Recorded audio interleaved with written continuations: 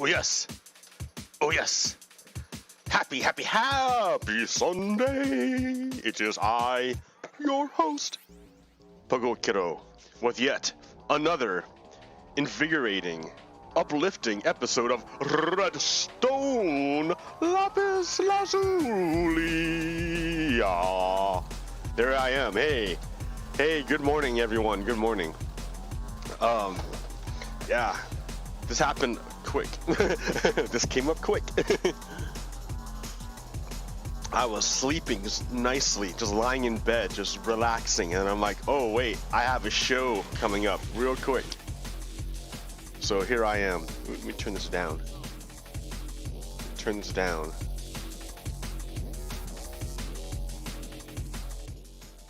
There we go.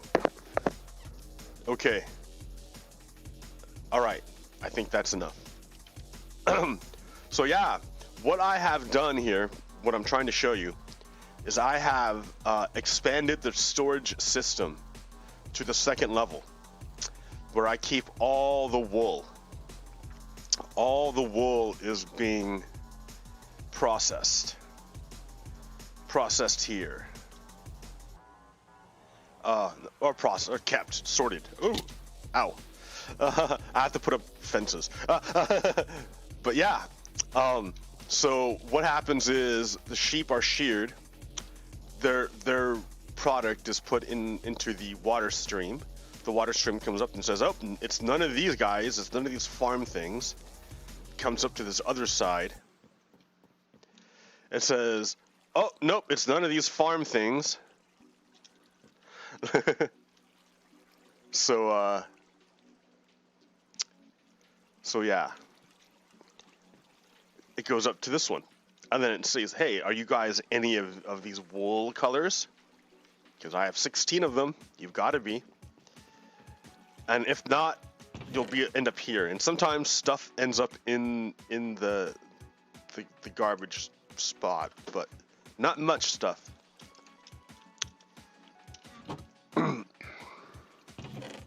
Generally, it's pretty clean.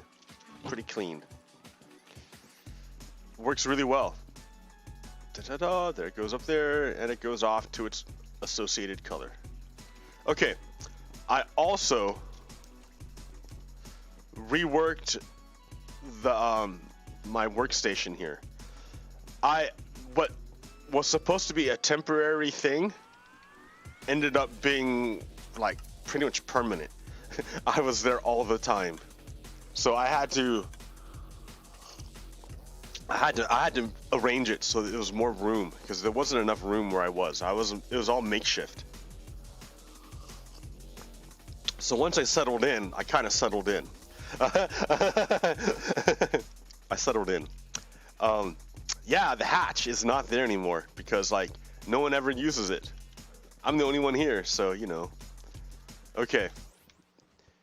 And if it's needed, it'll come back temporarily, and then I can put it away again. So yeah. Okay. We have the furnace array here. It's waiting to be used. I have the enchanting station, conveniently located next to the disenchanting station, and the anvil. Oh look, and there's books here in Lapis Lazuli. How nice. I moved the gate over to here. It's kind of nice. You can wobble the gate a bit. It's nice. So I moved it over to this side, so I could, you know, have a view over here. And then I wedged it. I took out one of the cactus farms because we have plenty. I have plenty of cactus. I don't need any more. We don't need one cactus farm. We don't need two. And I put in the gate here. And then the tree farm remains the tree farm. Yes.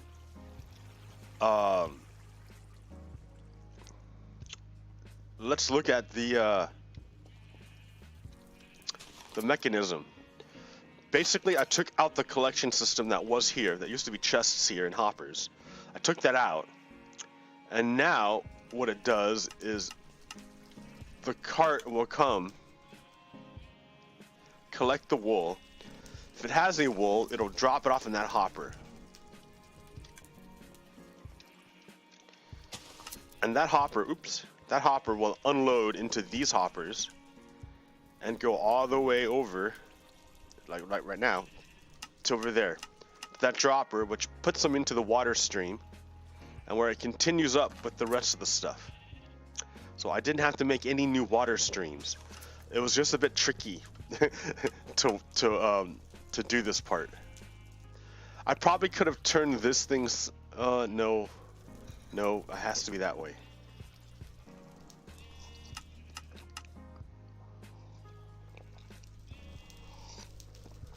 I could have turned the cart in one and have it go direct instead of having 4 hoppers in a wonky direction. I could have had this thing come and turn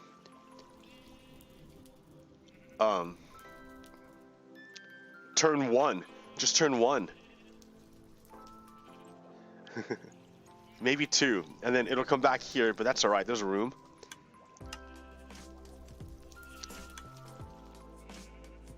No, because then my hopper goes boom, boom. It's still a lot of hoppers. This is fine. So yeah, it gets deposited into the stream with everything else.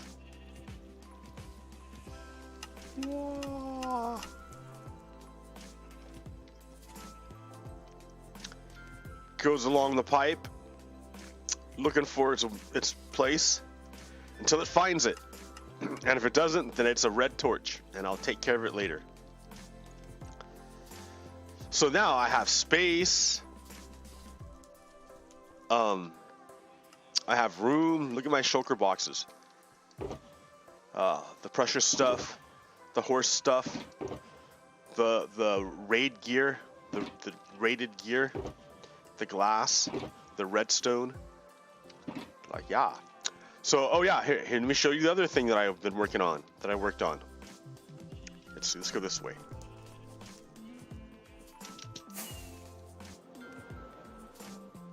BLM. Black Lives Matter. Black Lives Matter. Ow! Well, I made it. Yes. Yes, this is the overworld gold farm, where pigmen spawn, and they come rushing to get. Can you see them? The eggs. You can see it right there. The turtle egg. They come rushing to kill the turtle egg. They rush. But of course they can't get there, and the trapdoors are not real. They fall into the collection system, where they await processing. Sometimes they die. That's unfortunate. I can't figure out the right level to stick them at, because as it is now, it takes multiple hits with the sword to kill them, when it should only take 1. They should be like at one health, but they have, like, I don't know, it's variable. Maybe it's because they're bouncing or velocity or something from up there. I gotta wait. Let's wait and watch. So yeah, velocity. A lot of Minecraft is just like testing. Like, what is testing? Well, you know how it should work theoretically, but you never really know until you test it out. You check it out, because sometimes there are things you don't see that you have to take account. Like, why is there that funky dual layer? Because if they run straight off, they'll die. So that second layer is meant to catch them in the water and reset their fall damage and you know, or yeah, reset their fall distance. No, there it goes. Well, he came on the wrong side, but all right.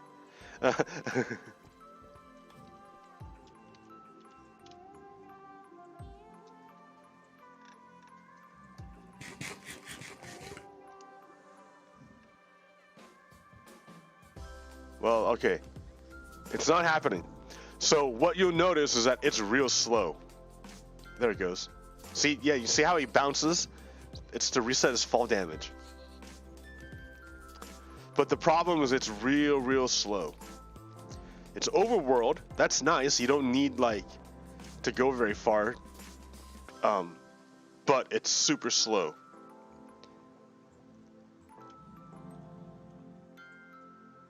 Yeah, like my goodness, look how slow that is. So sure, if you're gonna like leave this running and go do dishes and come back 15 minutes later, sure, all right. But to sit here, like for experience, it's pretty slow. But like everything else, their items are sorted. They drop gold ingots, and they drop gold nuggets, and they drop gold swords, which I smelt and then I put back into the gold. But it's not very many. It's not like a bedrock, where it's like gold swords for days. And then rotten flesh is deleted. Like watch, here we go.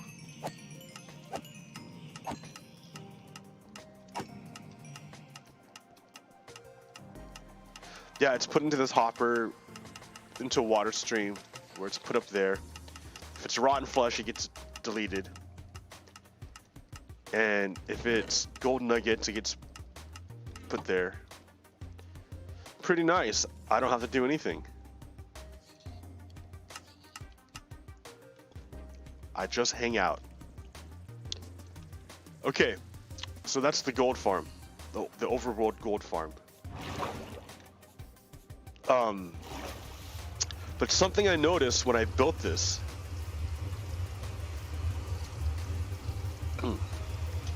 was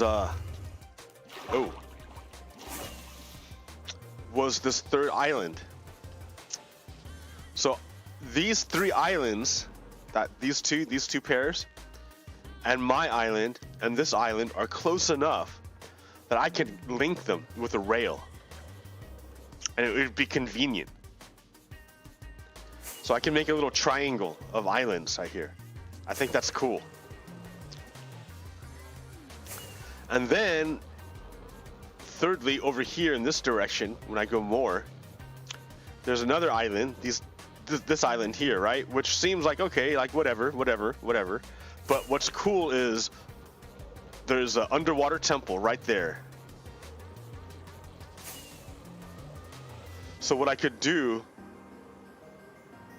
is make a rail here and set up a base to dismantle this this underwater temple.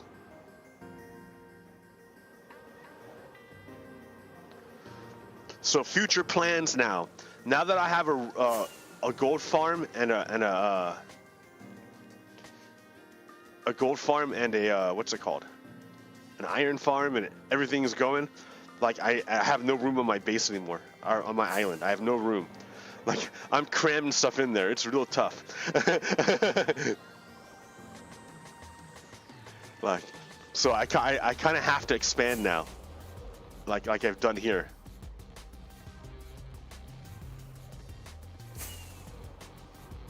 And maybe from here I can expand somewhere else. I don't know. I haven't explored too much around here. But I think these islands are pretty... Oh, look at that! There's another one! There's another sunken temple. Wow, there's two of them. Ooh, and there's a tiny island. Is that too far? No. It's never too far. Alright, so I can make a rail here to assault this sunken temple.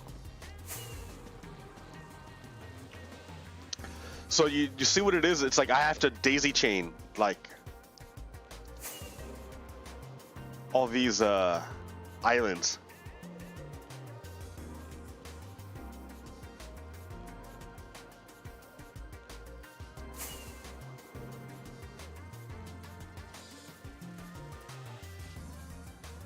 Oh yeah, and look, and then here, I was gonna connect to the mainland. Well, a mainland. if I can connect this way.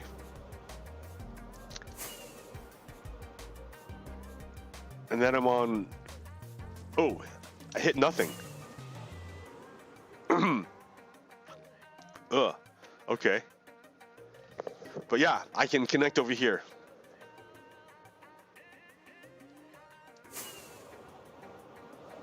Ugh. Ow. I was gonna try to get in there, but I didn't do it.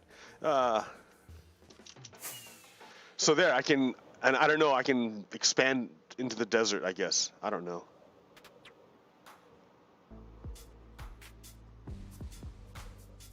Because this isn't very big. This is like an island. An island of clay.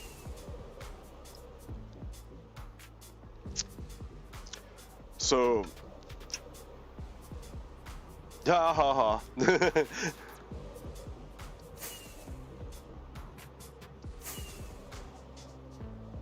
So yeah, I've been working on stuff, right? So my place here, I'm too big for it now. I can't handle it. Ow.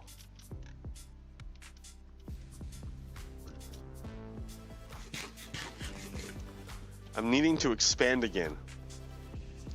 I'm trying to figure out how to do it.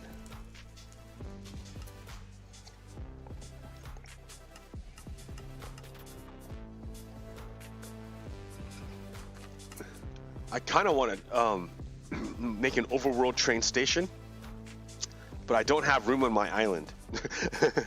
So I'm trying to figure out where I would do it. Like I have a mob farm there. Like there's a village breeder. I mean,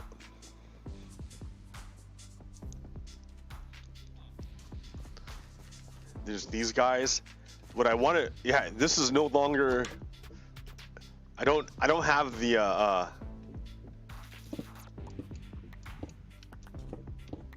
don't have the nether gate here anymore.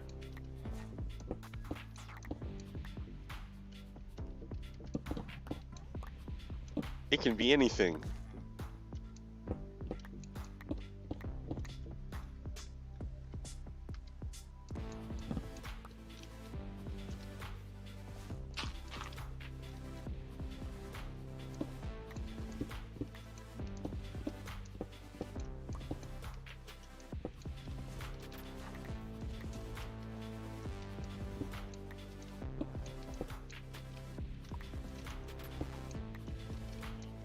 It's ruins now because I don't know what to do with it.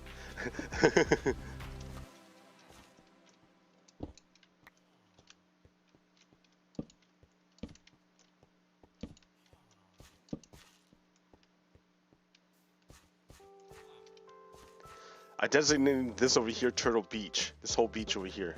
So I can't expand off of this because this is protected. Maybe I could expand over it. That's a thought. I can expand over it.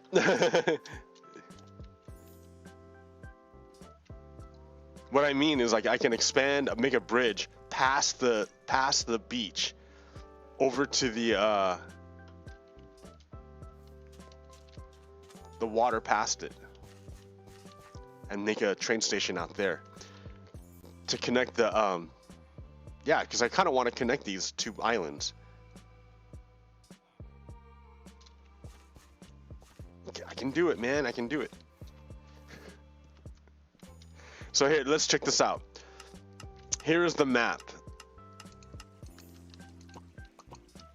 Let us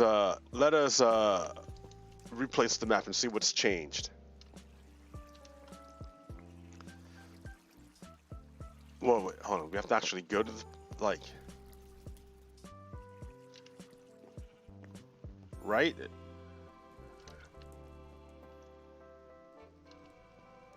I don't get it.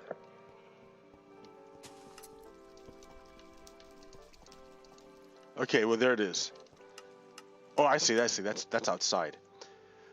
Okay. BLM. That worked out nice. That's good. Hey. I couldn't fit the whole word in, but I can do that.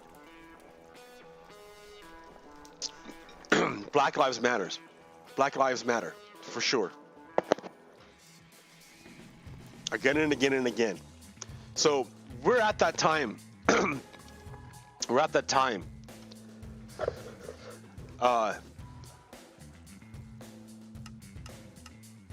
Where things are getting fuzzy. Because the normal routine of transfer of power is not being followed right now. Donald Trump is making a play for a coup. It's not going to succeed, but that's not his point. His point is to rile up the people.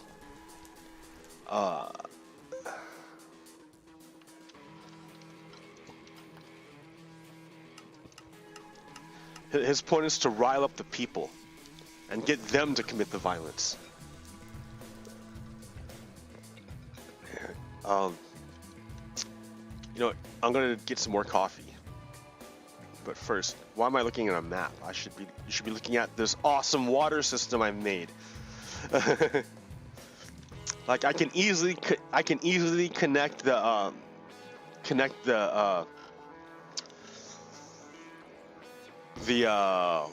iron farm and the mob farm to this place, but by putting it in here, it starts to become unwieldy. Like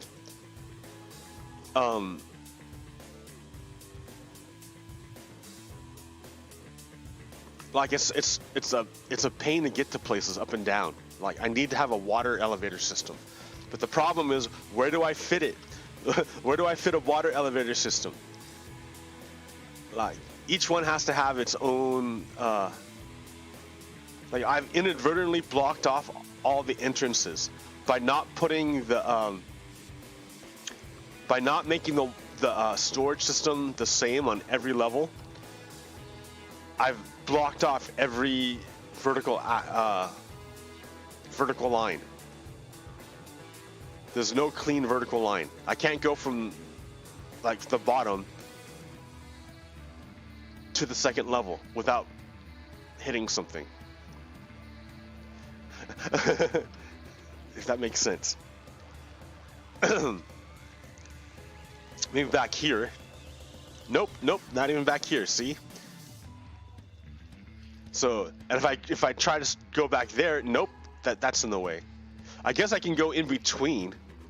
I think that's what's going to be. This is the only clean line I have if I go in between here.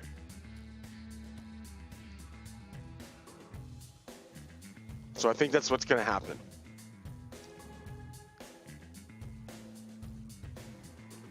I'm going to make a series of elevators going up to the second, third, and fourth. But there's only going to be one drop shaft for all of them to come down. That will save on space. Okay, there we go. Yay! See what Minecraft is? A lot of it is visualizing it in your brain, doing the work in your head. It helps if you can see it. You know what I mean? It helps a lot if you can see it.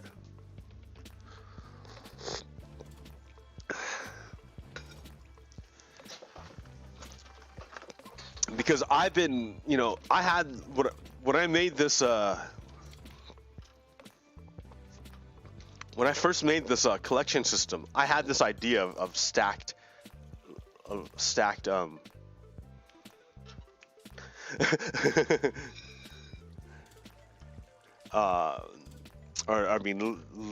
floors of storage.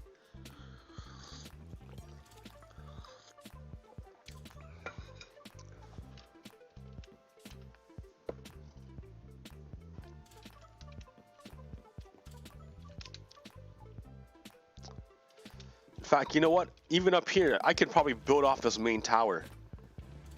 I can just build straight off of it. There's a room now. I'm not... Ooh, maybe at the top. I was thinking of making a villager trading hall because these villagers down here, that's cool and all, but they're taking up like real estate, a lot of it. I don't have that much space, so I'm trying to figure out, well, how can I get them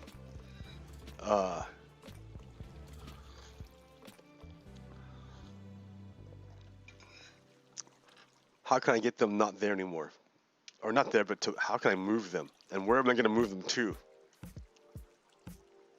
I was thinking, well, what if I put them on another island? But man, that's far, and when I use them a lot.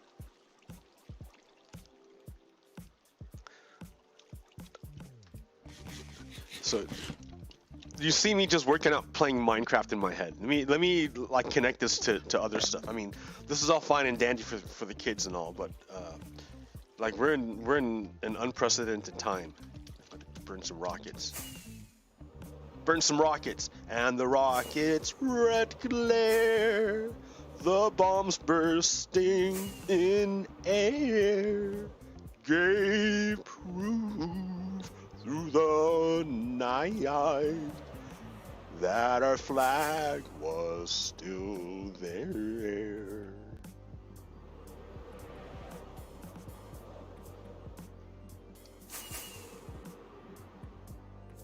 So yeah.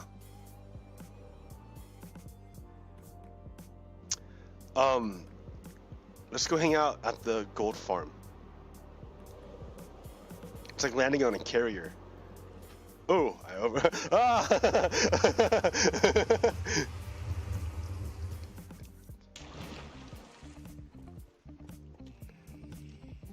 Okay. Chill back here.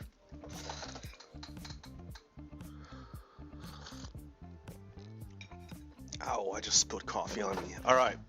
What kind of images do I have? You know what? It's like days seem like weeks anymore. And like so much happened, I just get like overwhelmed by it. All right. So first, let's talk about da da da.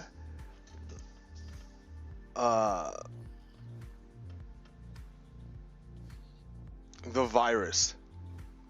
Well, so there's a virus. Oregon got shut down today, or on Wednesday.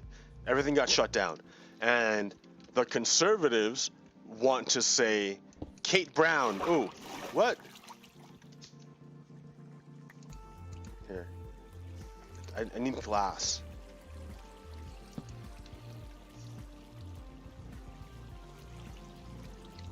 All right, hey. Is there glass here? No, figures. Do I have sand?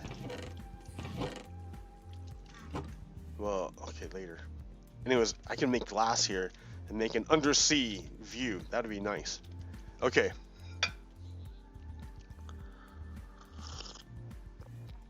They want to say Kate Brown did it, but it's not Kate Brown. It's the virus. The virus is what's killing the economy. No one wants to go out to eat if there's a virus out there gonna kill you. No one's gonna do it. So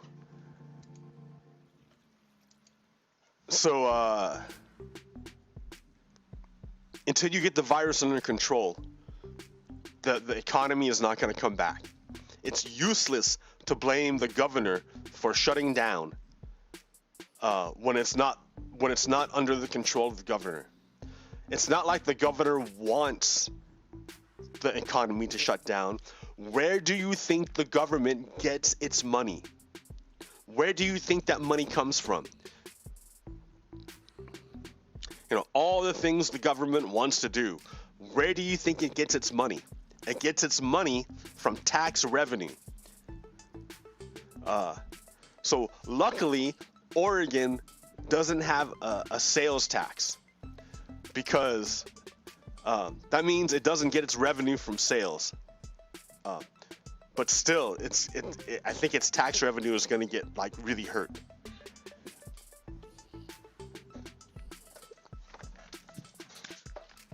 Yeah, it's Uh, but yeah, the government gets its money from the economic activity of its citizens. If its citizens are not engaged in economic activity, the government doesn't take in any revenue. Right? So it's not like the government it's not like the government wants to shut down. It's not like the government is going to get an economic benefit of shutting down. It's not doing it for the economy so much. It's doing it to save human beings, to save people's lives. You know how like a big fire is coming straight at you, and you're at home, and you have like your small business attached to your home, right? And you're at home, and there's a big, huge wildfire, and the fire trucks come by, and then the police come by, and the police say, "You get out now, evacuate now, leave all your stuff behind, leave it all behind, get out now, or you'll die. Get out, go, leave now." The police is the government telling you to abandon your stuff. Not because the government was going to steal it, but because you're going to die and the government is trying to save your life.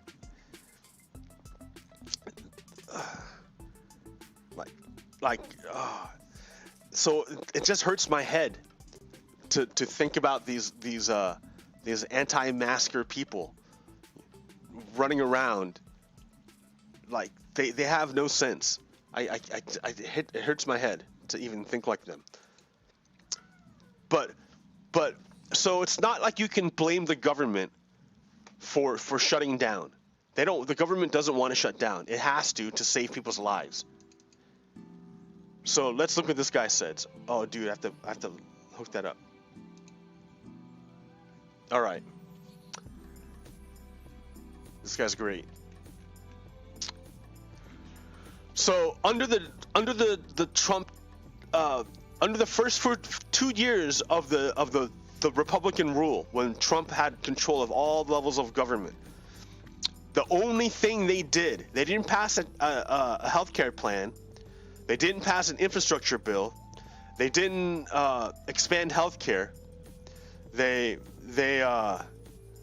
didn't make any new treaties with allies. The only thing they did was cut taxes for the very, very, very rich. And they say, so canceling $1.7 trillion in taxes for 600 billionaires, but not $1.7 trillion in student debt for 45 million Americans is the modern version of let them eat cake. So you have to understand, in 1950, this is what the tax rate was. This is how the tax rate worked. So here, let's get a nice good look here. All right. So so over here, that's the total tax rate on this side. How much of your money is taxed? Okay. And down here is your income level. So how much money you make, and it's divided into a percentile. All right. So like, if you're in the 50th percentile, that means half of the people make less than you, and half of the people make more than you. All right. If you're in the 80th percentile, that means 80% of the people make less than you, and 20% of the people make more than you. If you're in the 10th percentile, that means you make more money than 10% of the people, but less money than 90% of the people. You're really poor. 90% of people have more money than you. Okay, so in the 1950s, right? In 1950s, this is how the tax was set up. The tax rate was set up. If you made less than, if you made 10%, if you were in the 10th percentile, you paid the least amount of taxes compared to everyone else, right? No one else paid as low taxes as you. And as you made more money, you paid more in taxes. It flattens out in the middle, and then it starts going up a lot toward the 95th. When you're in the 90, when you hit like 93 right here, that's when it starts tooling up in the 93. And then 99.999 is right here. And the top 400 richest people paid 70% of their income in taxes in 1950. All right. So if you were poor, you paid less than anyone else. And if you were rich, you paid more than anyone else in 1950. All right. But then we had the Republicans and Donald Trump in the 2000s when they controlled government totally controlled everything. What did they do? They passed their own tax cuts. See, up here in this line was 1950. This is what it used to be. But in 2018, Republicans passed their own tax version, their own tax cut. So if you were in the 10th percentile, and you used to pay down here, but if you're in the 10th percentile, now you're paying a lot more. You're paying 25% of your income in taxes. You're paying more than everyone else until you get to here, until about 55. So the poorest 10th and then 55 pay more taxes than the people in the middle. Okay. And then it starts going up. And then, 80, 90, it looks like it goes up the highest for them, right? The 80th to 90th. Then it goes back down. And it goes up a little bit. Right, and they pay the most, but barely anything. And then look at the richest people pay the least amount of taxes. The richest people pay the least amount of taxes under the Republican tax plan.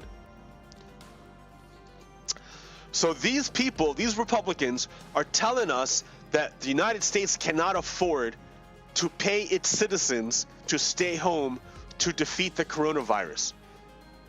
But the same GOP can pass a tax cut for the richest 400 people in America so that they pay the least amount of taxes in the country.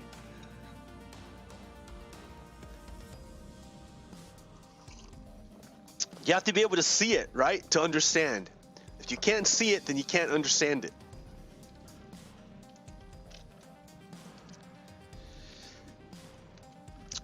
Here's what that wealth looks like again.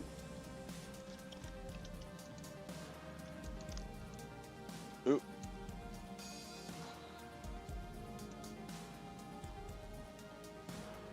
Right? Okay.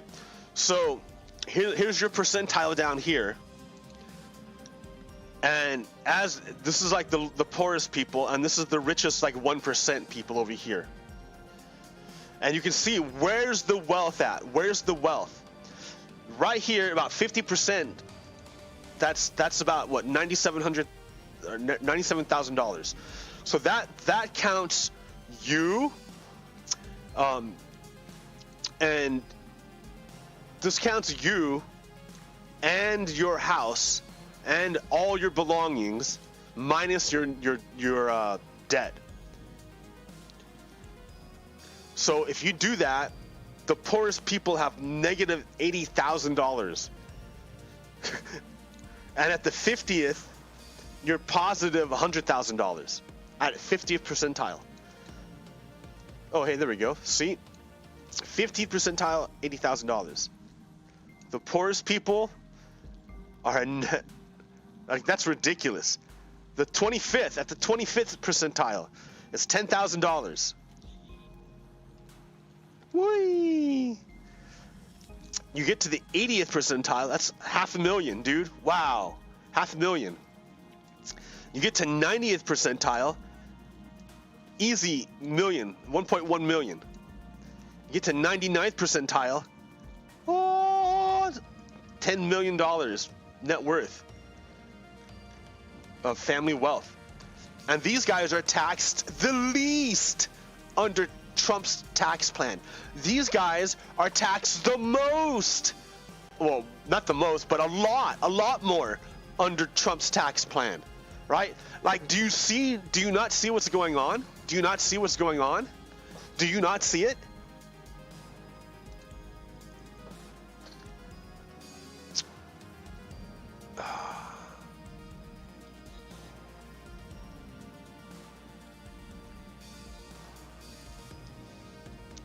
But here's the problem. Here's the problem.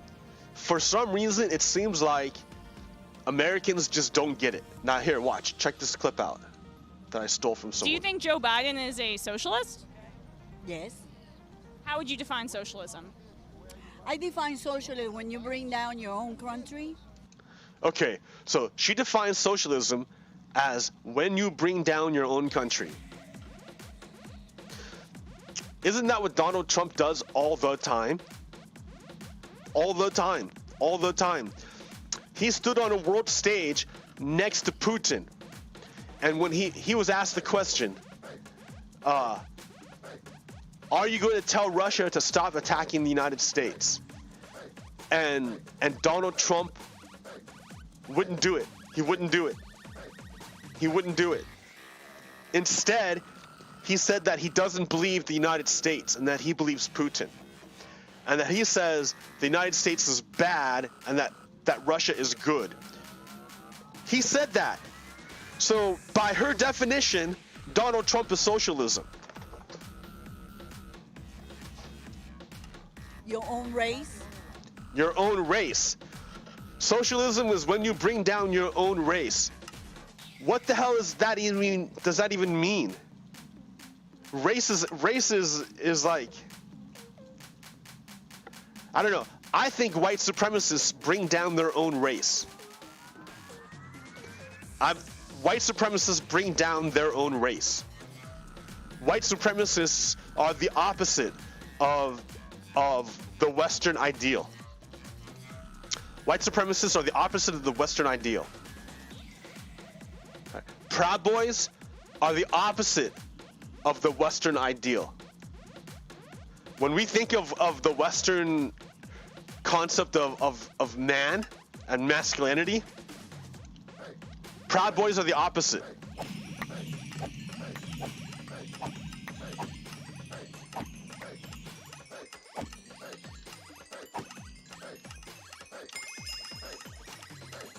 So collect all their loot. I just dump it in there. Collect and kill. Collect and kill. Take their loot. Process the rest.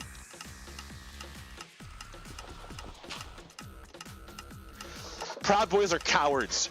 They're absolute cowards. They show up with weapons. They show up to fight. They don't care about ideas. They don't even understand concepts. They're rooted in the realm of sensation. How do I know that they're rooted in the realm of sensation? Aren't they infatuated with butt plugs? Like, butt plugs are uncomfortable, right? Isn't that the point? To let you know it's there?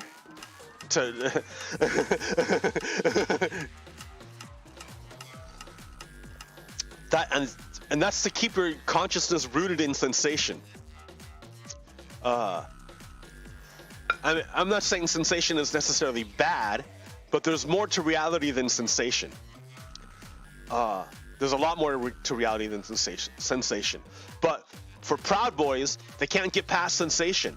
They are trapped into the realm of sensation. For them, that's what it's all about. It's all about patriarchy, which is procreation, and power. They just care about power. So to them, the realm of ideas is invisible. They can't really see it.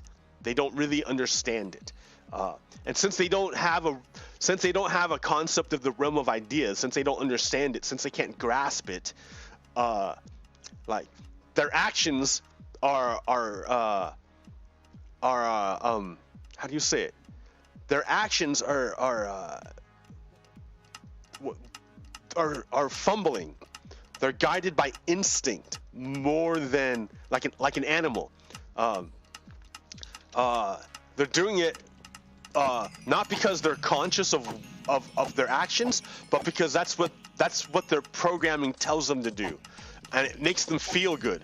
So if it makes them feel good to follow their programming, then they think it must be correct. Right? They don't advance ideas. They don't ever pretend to understand concepts. They're not aware of Plato's realm of the forms. They're just not aware of it. They can't. They're chained to the wall, staring at shadows. Chained to the wall, staring at shadows.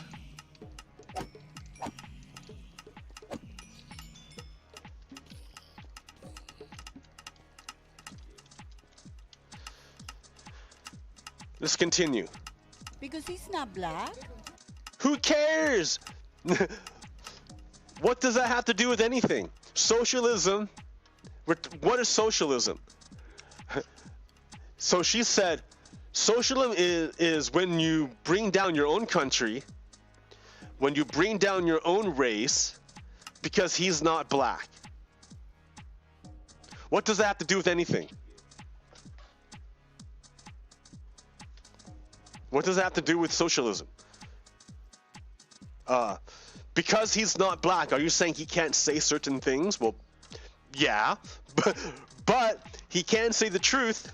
He can say the truth, right? Nothing stops him from saying the truth. The truth may not be comfortable, but I thought that's what you guys were into. Oh, but it's a different kind of see, you guys are into the physical sensation of uncomfortableness, not the psychological sensation of uncomfortableness, because you guys aren't really into the psychological part of it. I get it. Not consciously. I get it. Okay. And What does that mean? Bringing him down to black people? Is that what you're saying? no, he's saying that the white people, he doesn't look at himself in the mirror. He's saying the white people. And so he doesn't look at himself in the mirror, so she's saying he's white too, but he brings down white people. No, woman. Oh, pardon me. See, look at me. That's a bad habit I picked up from my family. Sorry. So,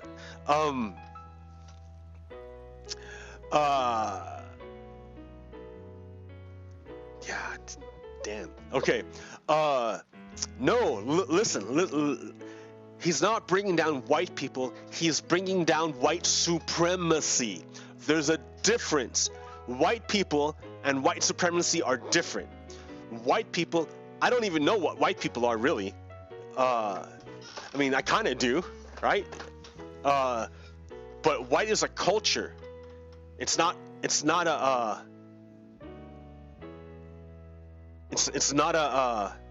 well, it's like invader culture, I guess you could say. Right, because the whole point of whiteness is privilege. And the idea of America, as espoused by Abraham Lincoln, is that all humans are equal. And you can't have equity with privilege.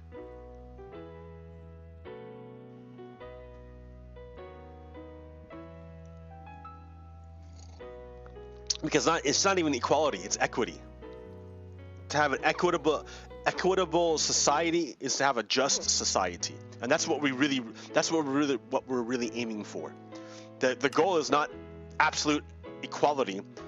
The goal is because that absolute equality doesn't necessarily serve justice. We want to serve justice first and foremost. So this person here, this Trump supporter, doesn't understand that there's a distinction between white people and white supremacy. Our enemy is white supremacy. It's not white people. White people are the vessels through which white supremacy operates, but they're not the only vessels. You can see white supremacy operate in many different types of vessels. White supremacy is more like a spirit. It will use whatever it can. It just so happens to use white people more than others. but yeah, for real, for real. Okay, so what else does she say? So he. That's what I look at. Hey, you talk about the white people, and look at you. Yep. Well, So she doesn't understand that white supremacy and white people are different, are separate. She thinks that if you're white, you have to be a white supremacist, and that's not true. Right? I know plenty of cool white people. Plenty of cool white people that use their whiteness to help, to serve justice as atonement, right? It's sort of like being like, they didn't ask to be born white. They just were born white. And they had to come to understand their privilege, and then use that privilege to serve justice.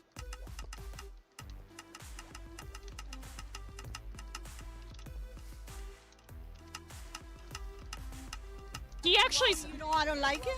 I'll tell you exactly why I don't like him. He's got a big ego.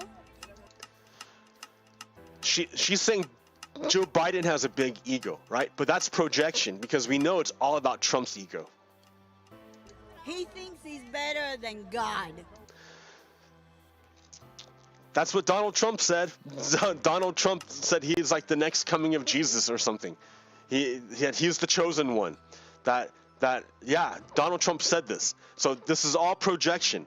This woman, this person here, is an example of a human being who's been hacked. Like the content coming out of this person is reinforcing white supremacy. She's not white, but the information, the stuff coming out of her is white supremacy. She's replicating white supremacy. So she is an infected cell.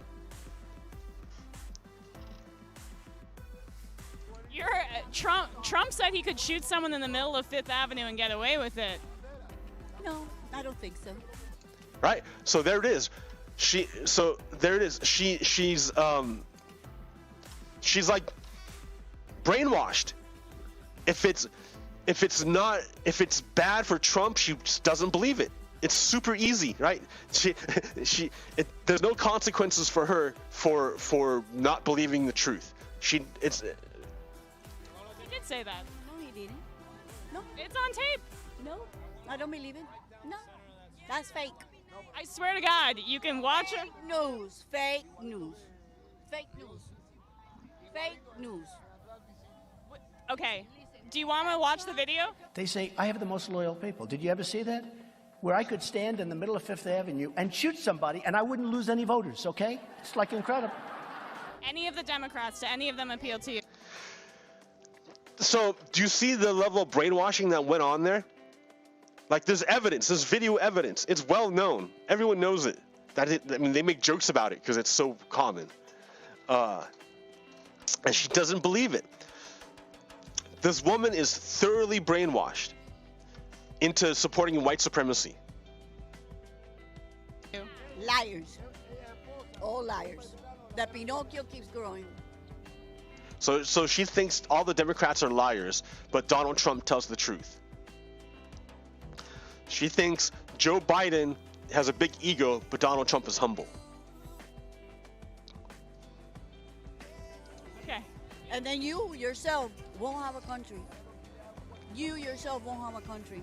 Keep believing all these liars, and you yourself will be out of your country. Socialism doesn't work wherever it goes. Why is Joe Biden a socialist? Why is Joe Biden a socialist? Because it's all about the money. I mean, Joe Biden's all about the money? Yeah, he wants to give it away to the people, right? The Democrats passed the COVID bill like months ago. The Republicans under Mitch McConnell, all they're doing is passing judges, is appointing judges. That's all they're doing is confirming judges, Republican judges. That's all they're doing. They don't care about the people. They don't care. Socialism is about. The thing is that Joe Biden is all about the money. It's all about the power, the money. Isn't that Donald Trump? Like, ever since he lost the presidency, he stopped working. He just goes golfing now. That's why. Trump's a billionaire. Yes, and so is Joe Biden. No, he's not. See, this woman. So what she's doing is she's infected. She's spreading bad memes, infected memes, and these memes, or she's trying to infect other people with these memes. It's not what she wants. It's what white supremacy wants, and it's just using her as a vehicle. Yes. Yes. 1.5 million. You see? Here, let me zoom there.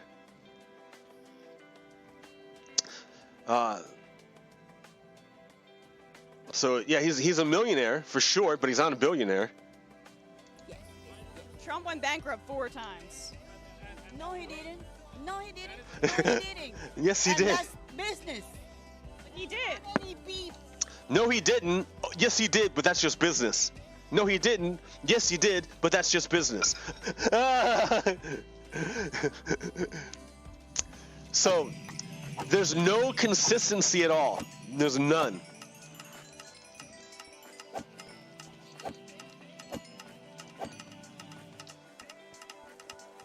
It's not consistent. There's no consistency. It doesn't have to be consistent, right? It's a big story that they're following. It's So, like a okay, soap you go opera. bankrupt. How many people don't start all over again after a bankruptcy? So,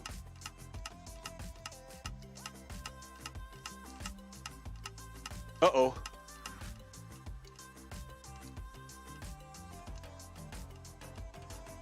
Did I just kill everything?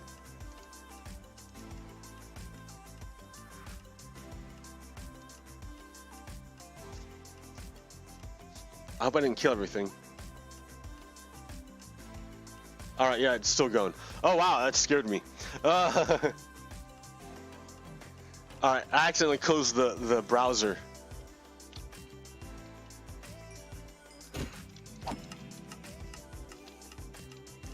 Alright. So, you have to see that these Trump supporters are really, like, crazy.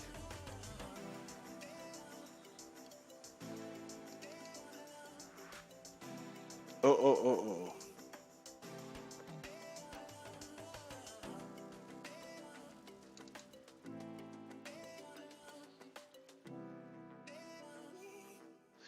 Okay, so Donald Trump keeps talking about, so Trump supporters believe Donald Trump no matter what. And anything negative about Donald Trump, they won't believe it. And they ascribe all the bad things about Donald Trump, they ascribe to the Democrats.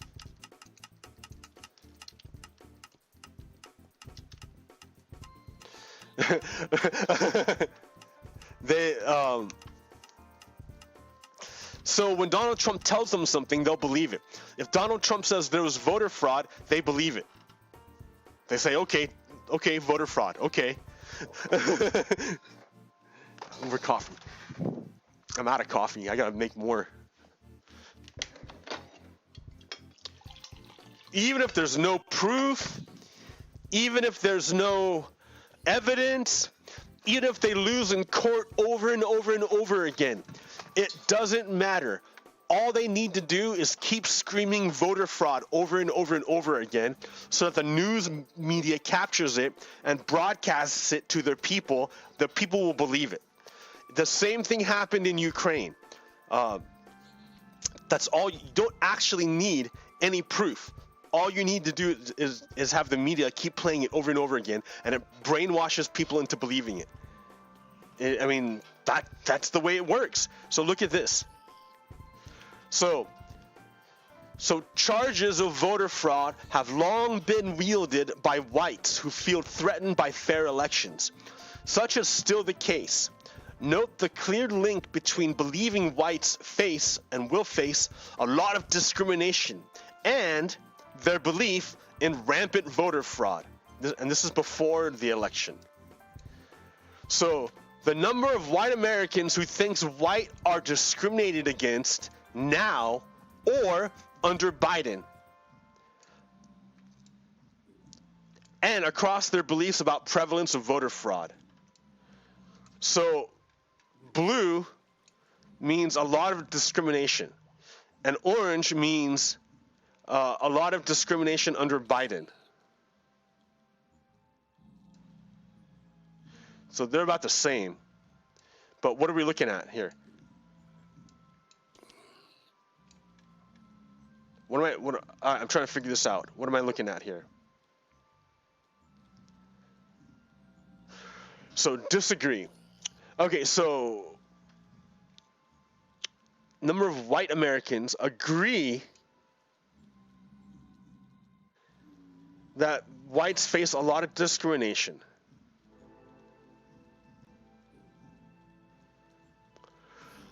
And so white people feel they're discriminated against now. So I guess it's like a projection that whites get privilege. It's not much, but it's, better than, than what's happening to black people. And they feel that, but they feel that right now they're being discriminated against. I don't understand this one. Why did I pick this one? I don't get it. Oh, the statement. Voter fraud in presidential election is getting rampant. Oh, okay, so white people agree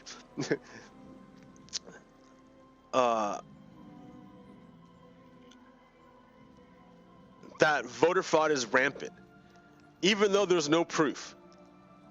And it's probably tied to racism, I think, was what this is saying. I don't know. Oops.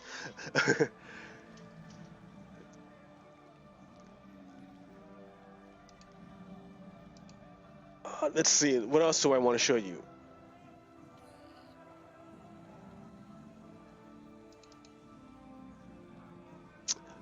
Would it be fair to the people the trolley has already killed to divert it now? So this is the trolley problem. So the trolley is going down the tracks. The train, the brakes are no good. And there are people that were on the tracks and they got ran over. Now it's coming to a turn. And the question is, do you divert the turn? If you divert the turn, the trolley goes off this way. If you don't divert the turn or change the track, the trolley will run over people. And the question is, would it be fair to the people the trolley has already killed to divert it now? I mean, it already killed people. Shouldn't we just let it kill more people so it's fair to these people? This is in reference to the idea of forgiving student debt.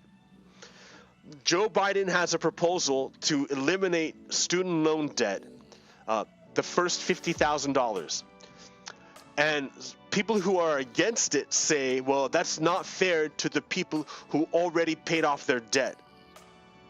Right. So some people already paid off their student loan debt. So we should not forgive the student loan debt of these people because it would be fair to these people who've been killed, is what they're saying. Their argument is. That same argument can be made for a lot of things. That this is like the whole conservative idea.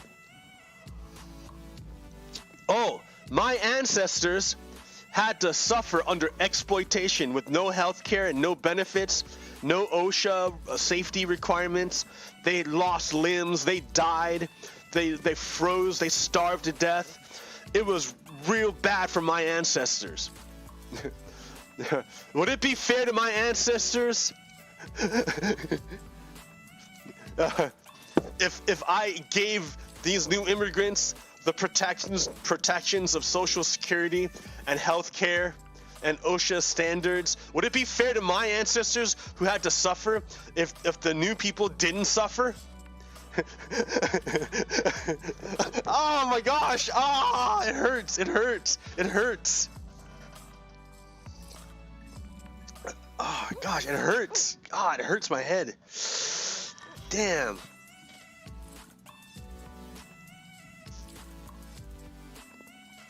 It hurts. So you have to remember, this is all about framing. Like I have to go to the frame place and let me kill all these guys. All of this is what I'm trying to get you is the power. Like these people that spout this nonsense that's all like just wrong. It's all wrong. Why is like how did they get like that? And it's because they're eating a bad frame.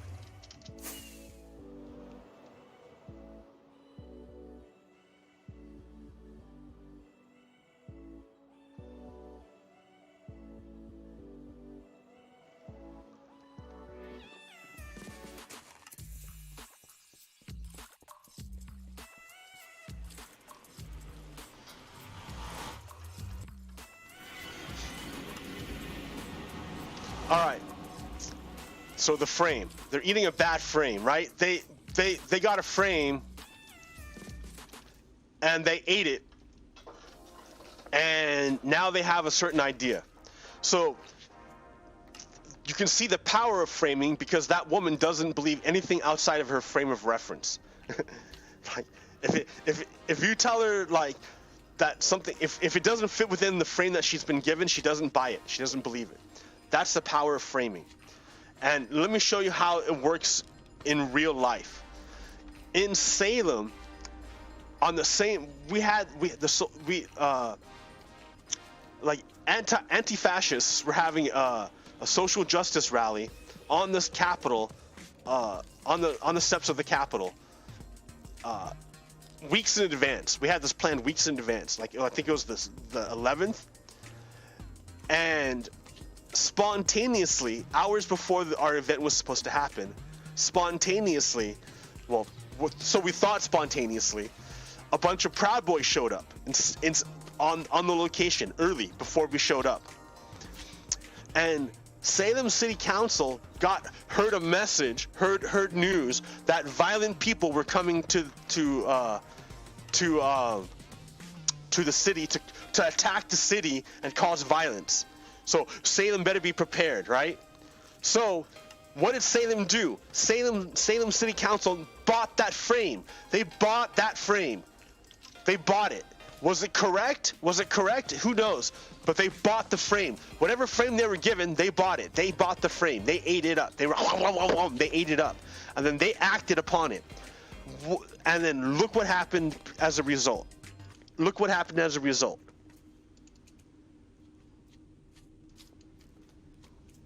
So on November 7th, 2020, members of the Proud Boys hate group showed up.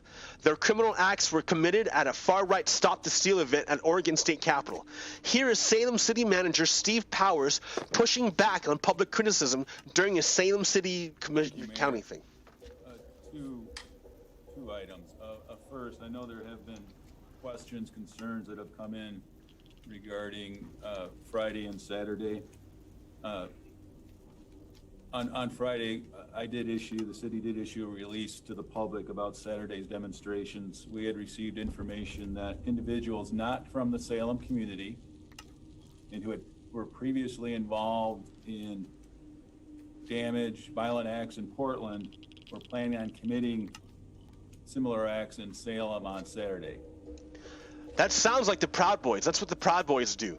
They're from out of town. They come in and they attack people. But the Proud Boys gave this frame to the city council, and the city council bought it.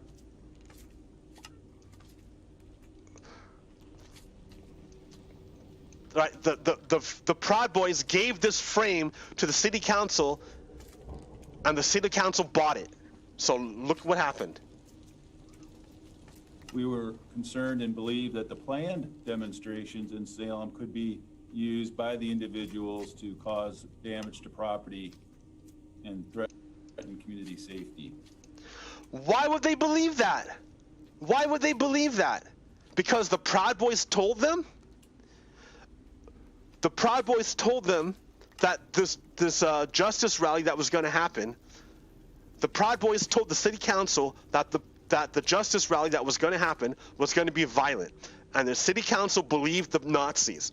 The Nazis told the city council that the anti-Nazis were having a rally and they're going to be violent.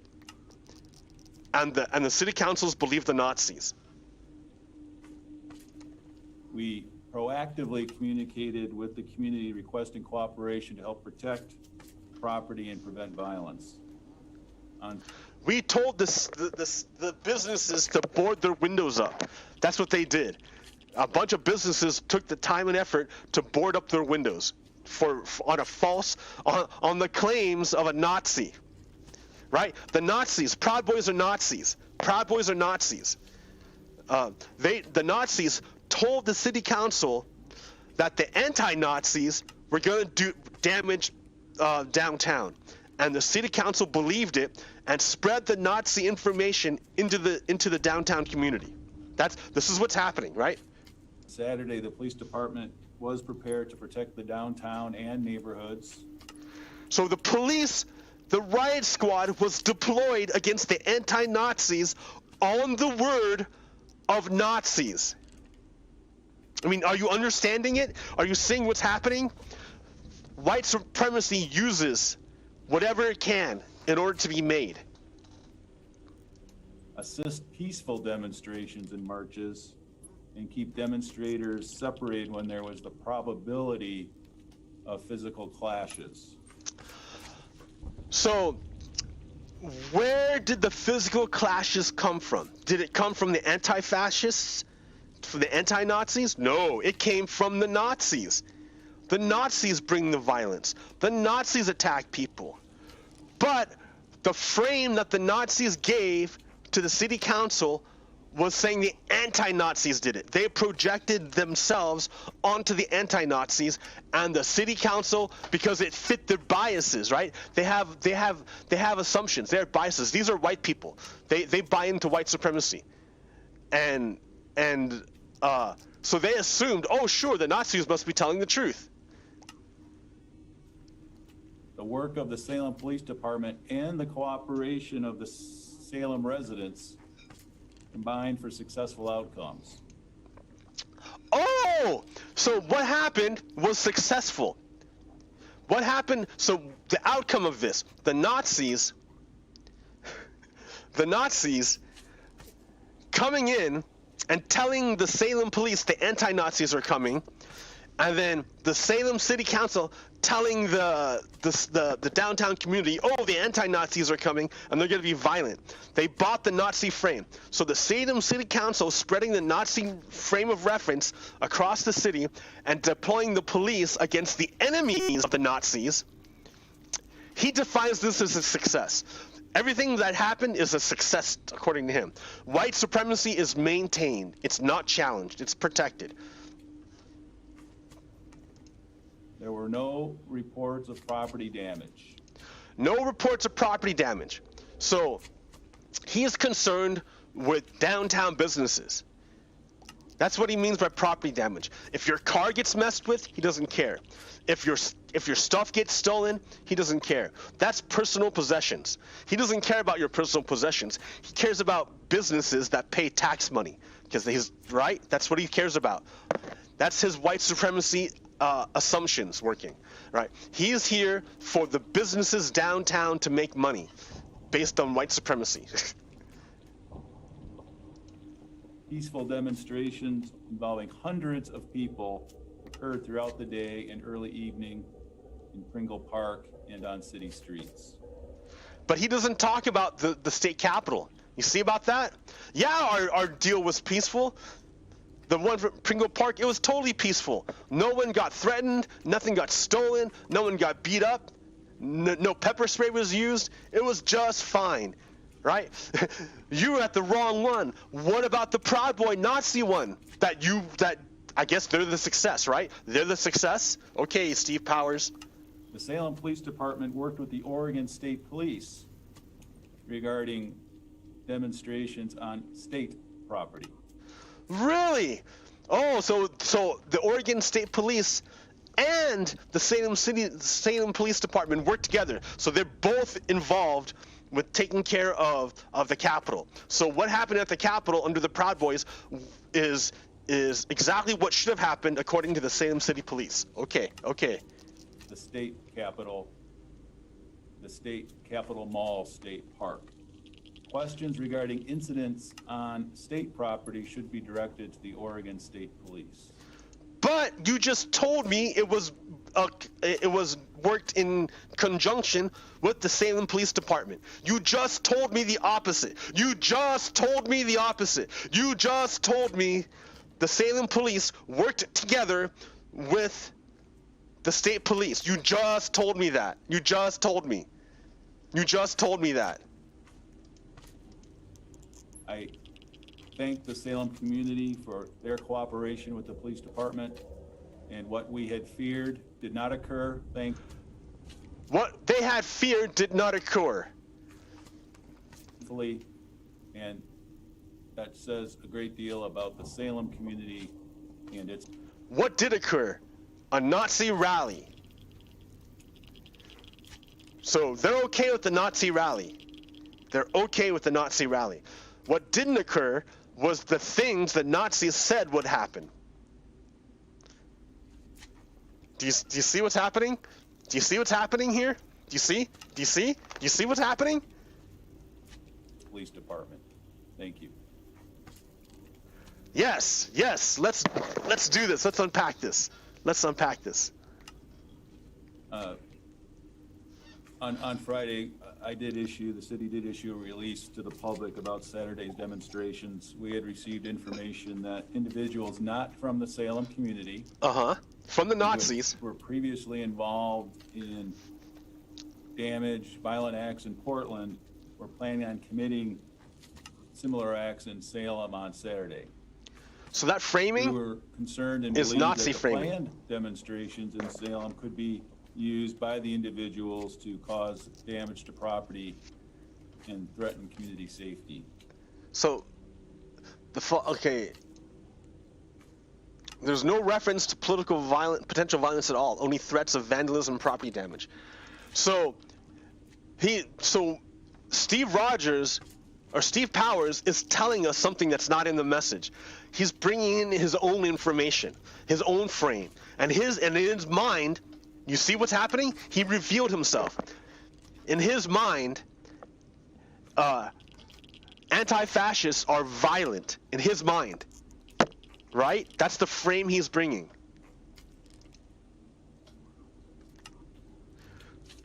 The city of Salem has been alerted to credible information of unusual activity planned for Saturday, November 7th, 2020, in or near Salem's downtown.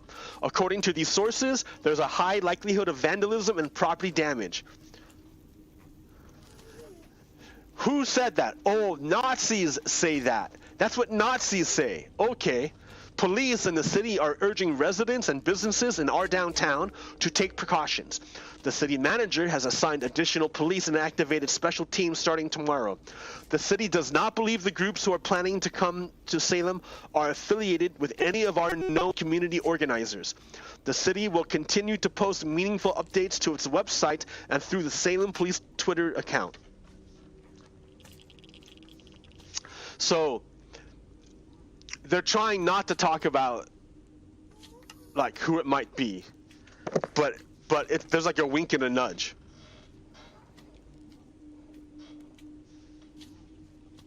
There's a wink and a nudge. So this is the information.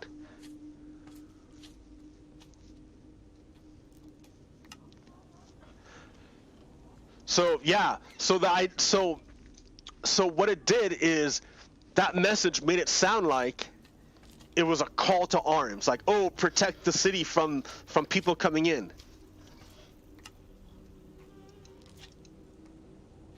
So that's what happened. A bunch of Nazis came in. We proactively communicated with the community requesting cooperation to help protect property and prevent violence. Oh, you called in the On Nazis. Saturday, the police department was prepared to protect the downtown and neighborhoods, assist peaceful demonstrations and marches, and keep demonstrators separated when there was the probability of physical clashes. Okay, so The police were supposed to keep people separated. That was their job, right? That's what he said. Right? This is what happened. A guy walking away, look at the gang steals his stuff, Hey, you heard me, girl. right? And then the gang surrounds him. One punch. There's no bat. With my wife. Two punches. Back, bitch. Fucking with my wife. Hold on. 3 punches. That's a hard punch, dude. Stole their sign. Oh, you lost your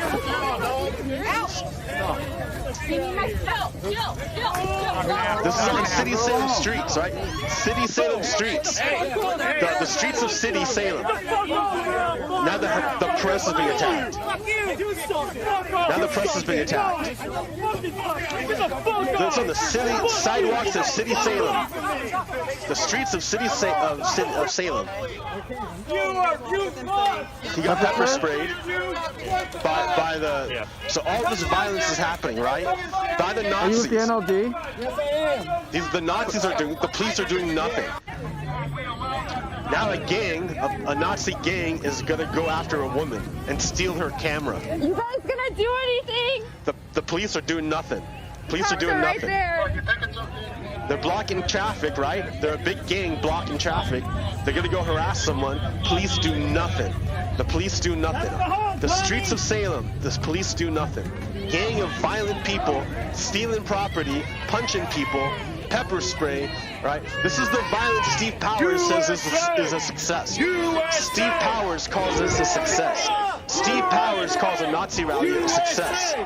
Steve Powers calls a Nazi rally a success. This is what Steve Powers calls a success. This is a success to Steve Powers. This is success to Steve Powers. A Nazi rally. A bunch of white guys with weapons, being violent, punching people, stealing stuff, attacking women, attacking press, punching people, blocking traffic. Look at this. Watch this. They stole her camera.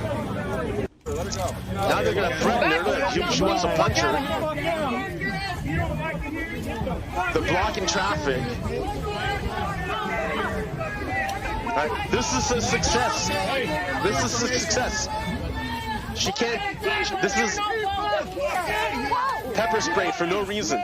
Steve Powers calls this a success. This is a success to Steve Powers. This is a success to Steve Powers. That Steve Powers calls that a success. He doesn't call that violence to anyone important. No Nazis were hurt, so that's a success for Steve Powers. Blocking traffic, attacking a car.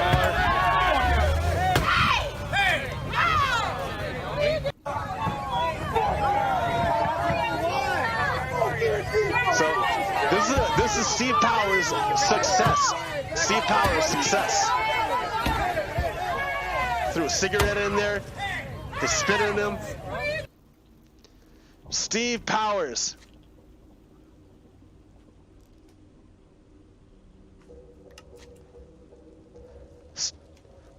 To him, that was a success. The work of the Salem Police Department and the cooperation of the Salem residents combined for successful outcomes. That was a success. White supremacy was maintained. Steve Powers wants to maintain white supremacy. If white supremacy isn't challenged, it's a success. Property damage. So Peaceful demonstrations. it's all about maintaining white supremacy. Day and early evening. So as long as that wasn't threatened, that was a success. The police are there to maintain white supremacy. The Proud Boys are here to maintain white supremacy. So in Steve Powers' framing of white supremacy, this is all good. It maintains white supremacy.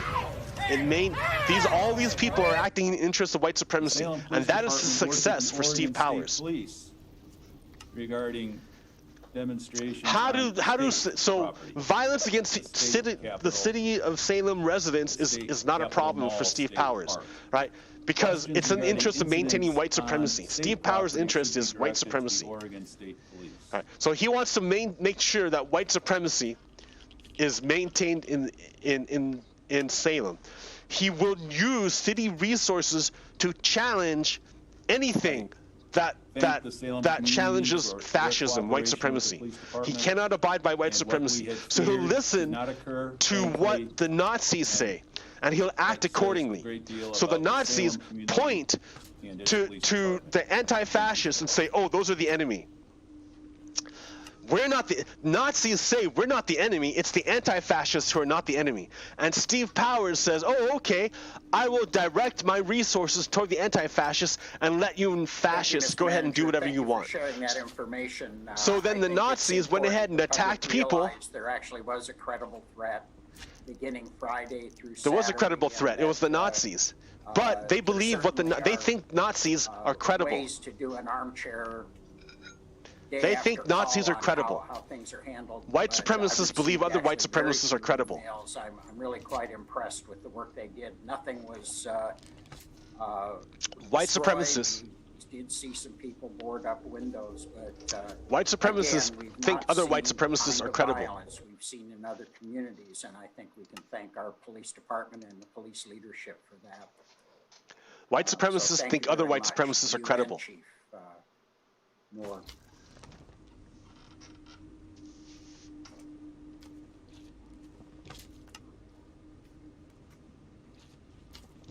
This person here says it really well. This show of force by police against peaceful demonstrators calling for justice and police reform, coupled with the vague, fear-mongering message sent by Steve Powers and the city's refusal to work with state police to establish a police presence at a far-right extremist gathering of armed, drunk people who represent a credible threat to Salem citizens, tells me and my fellow Salem residents exactly where the city stands.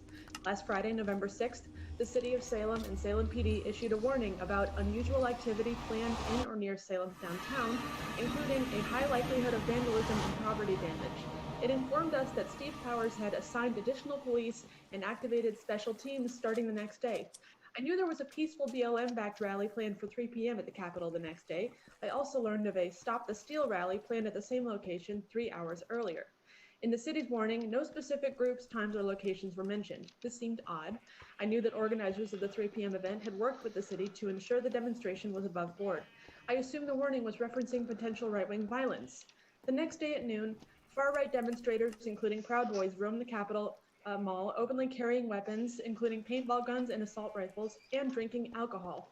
Surely, I thought, this is where those special teams will be stationed, in case any right-wing extremists wish to cause violence again. After all, a member of the press was beaten and pepper-sprayed at the last Proud Boy rally event at the Capitol. 2 weeks ago, Manuel North murdered Herman Graham III in East Salem, stood over his lifeless body, and called him the N-word. Far-right, racially motivated violence is a very real threat, and yet this Stop the Steal rally and its openly armed, openly drinking members went unpoliced. They broadcast via live streams threats of violence to any Antifas who dared to show up for the peaceful rally they had been planning for weeks. But nowhere on these live streams, to which I tuned in on and off for several hours, did I see a single police officer. The streamer I was watching explicitly said no police were present, not even to give out citations for drinking in public. As I walked from my car to the relocated Week of Action rally at the Pringle Hall, I found out where the police were, standing by in the Safe Corporation parking lot, just a block from our peaceful rally, clad in riot gear, hanging off of SWAT vehicles. The moment we left the park to march, we were followed by police. They blocked us at Church and Trade, declaring our gathering unlawful and threatening the use of force and munitions up to and including tear gas. We moved to the sidewalks and marched anyway because it is our right to do so peacefully. We were followed at speed by these vehicles who, when we turned onto Court Street toward the Capitol, opted to needlessly endanger drivers by forcing themselves the wrong way down the street. We were not being assisted. I understood the jurisdictional issues between state and city property, but Salem's messaging and the SPD mistreatment of peaceful demonstrators on Friday was unacceptable. City of Salem, your bias is showing. Remove Steve Powers if you will not denounce right-wing extremists. Stop protecting Proud Boys and right-wing extremists. Stop threatening violence on peaceful demonstrators. Stop fear-mongering and dog-whistling about vandalism and property damage when the real threat is in the jumpy trigger fingers of the armed drunk. Thank you very much, Emma. Yeah, the Proud Boys is where all the violence comes from, but all the resources were directed at the anti-fascists. So, in other words, City of Salem is protecting white supremacy, overtly, openly. it openly listens to Nazis and follows their framing. Their framing is that Antifa is the violent one, when all the violence, obviously, look at it. It all comes from the Nazis. Here, let me show you that video.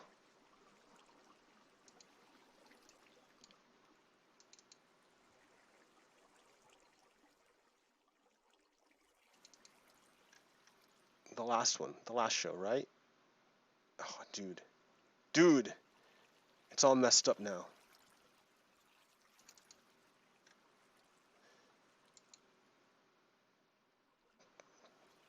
No, I don't have it. I don't know where it's at.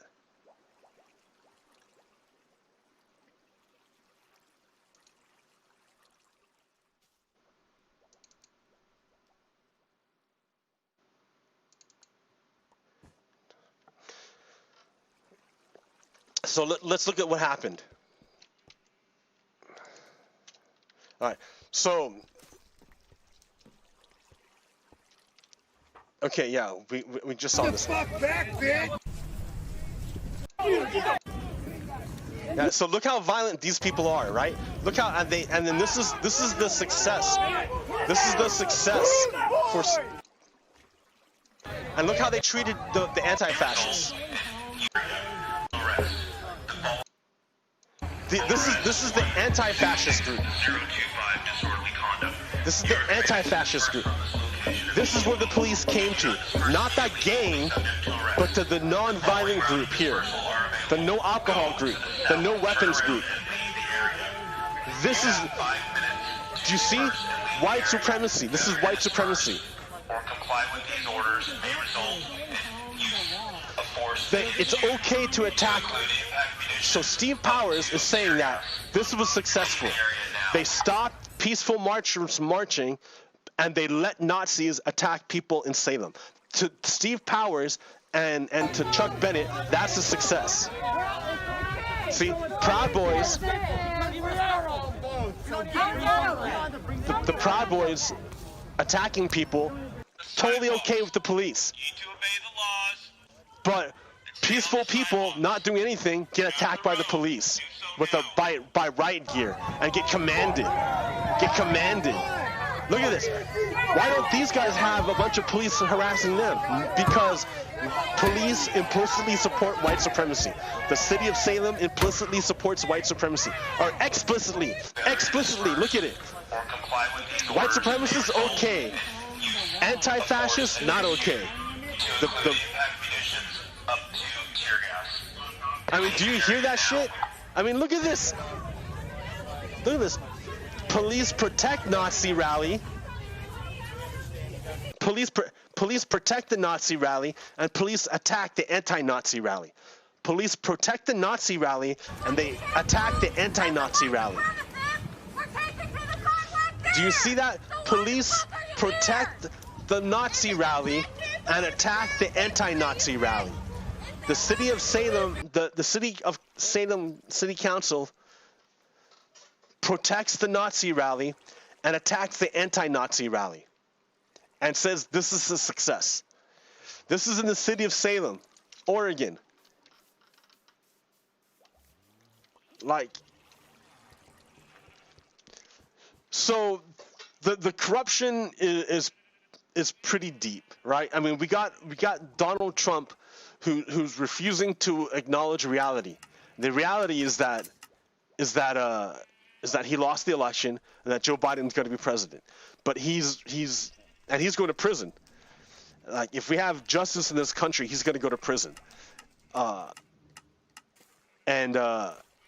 his supporters, I don't know what they're going to do. We're going to find out.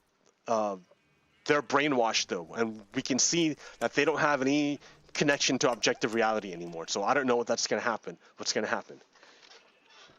But, I mean, okay. So, yeah, we can see all this bad stuff going on, but we're awesome, right? We're going to be great. Like, I'm supposed to, like, uplift you guys. I don't know. I just, yeah. all our energy is being used in the worst way possible. If we weren't burning our energy on stupid stuff, we could make amazing things. We could have high-speed rail connecting the whole country. The way that the internet connects us now, which is really good, high-speed rail would do it also, would connect us as a country. And it would feel amazing. It would feel great. Because high-speed rail could be cheap. You could have the government subsidize it to make it cheaper for people. And it would be amazing. It's also low carbon.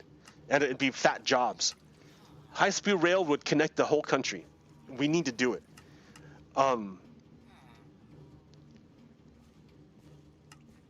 Yeah, if we're spending so much energy fighting ourselves. That's what I'm saying. If we stop fighting ourselves and we start helping ourselves with that energy, we can do amazing things. I mean, we've gone to the moon. we can surely provide healthcare for everyone and defeat a virus and transition to a new form of energy. I mean, if you think about it, what does a caterpillar do? A caterpillar metamorphosizes, undergoes metamorphosis into a butterfly. Well, how does it do that? There's a stage where it goes into a carapace, which is a hard shell. And what happens in that hard shell is that inside of it, the caterpillar turns itself into goo, like literally. It goes to sleep, right? It goes inside of a shell, its carapace, and inside of itself, it turns itself into goo, biological goo. All of its stuff is still there. It just deconstructs it into goo. All the genetic material, all the energy, all of that stuff is all inside of it while it's inside of its shell. And the outside is hard and inside is goo. And the goo reforms itself. Literally, it's goo that reforms itself back into a butterfly. And then it pops out of its shell when it's done and flies away. So this is what the United States has to do. It has to turn itself into goo and reform its economy to be carbon neutral at the very least. And probably at the very least, it has to be carbon neutral. And we're at the perfect time for it because we're under coronavirus. We could do the same. Like, we're going to turn into goo anyways. You might as well transform into a butterfly. And I think this is really it, right? I think this is the time.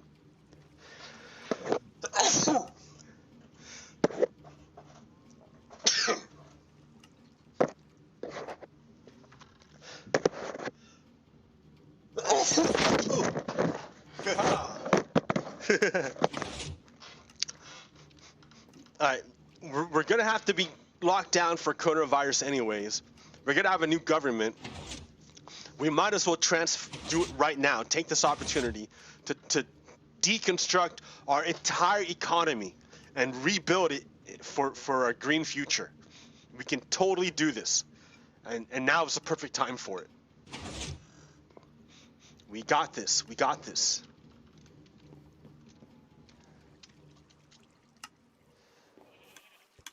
All right. So how long have I been going? That's good enough. Okay. Yeah. Don't let Donald Trump stage a coup.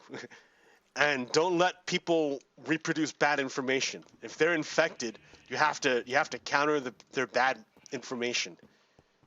And shun them. Shun the zombies. All right. Until next time, I'll catch you later. All right. Pogokero out. Peace. Peace.